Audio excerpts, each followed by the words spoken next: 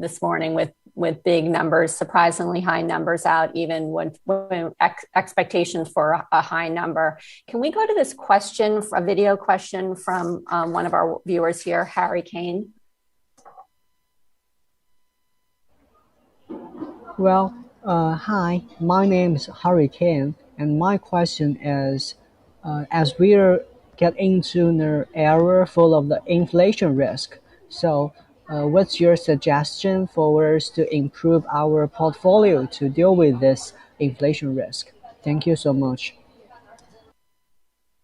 Sure. So I do agree. I think there's going to be inflation. I mean, you don't say there's going to be. There is inflation. It's happening. There's wage. Is that a debate between like business people who are experiencing rising prices and addressing it versus economists who are saying, "Oh, this is just temporary blips coming out of the pandemic"? I mean, where do you come down on that?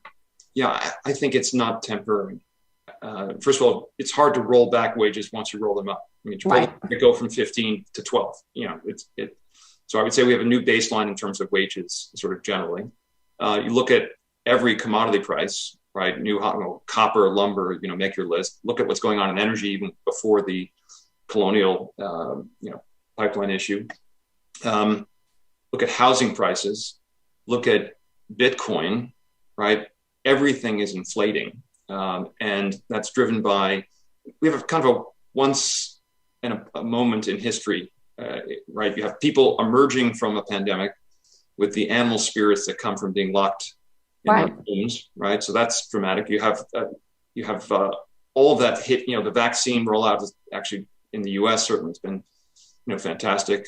So you have a lot of people feeling being fully vaccinated, going back to their lives, and then you have the Trump stimulus, the Biden stimulus, infrastructure, an extremely accommodative Federal Reserve. And everything concentrated in a couple of quarters. So that is the Federal Reserve too accommodative, do you think?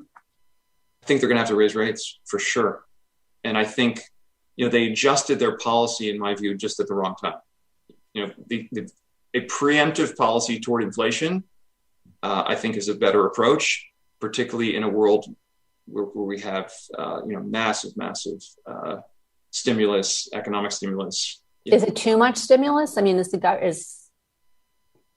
I think with rates where they are, there's a very good risk of the economy overheating, which is why I think rates go up. And really the answer to the question that your viewer asked is you want to own businesses that have pricing power, and you want to own businesses where the value of the business is not going to change dramatically if rates go up.